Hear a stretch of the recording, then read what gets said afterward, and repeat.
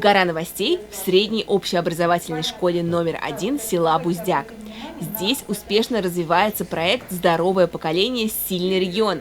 Ученики, помимо предметов школьной программы, активно занимаются дополнительно и в спортивных секциях.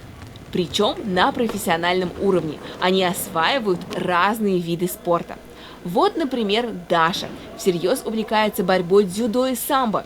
Занимается уже 5 лет.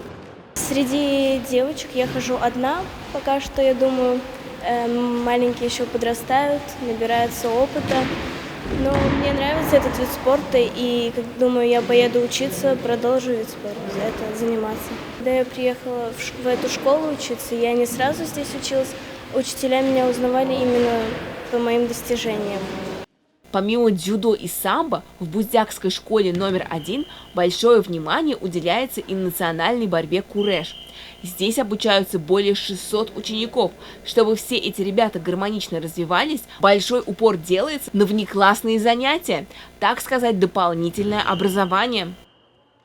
Начал я заниматься борьбой куреш, когда узнал, что мои друзья тоже ходят на эту секцию, решил с ними записаться. И в первую неделю у меня начало что-то получаться, и через полгода я поехал на республиканские соревнования. Я занимаюсь с 13 лет, мне сейчас 16.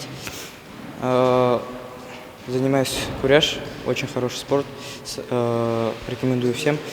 Мой тренер Рим Зуфарович, хороший тренер, хорошо тренирует, показывает броски. Ездим на Сабантуй, выигрываем, забираем баранов.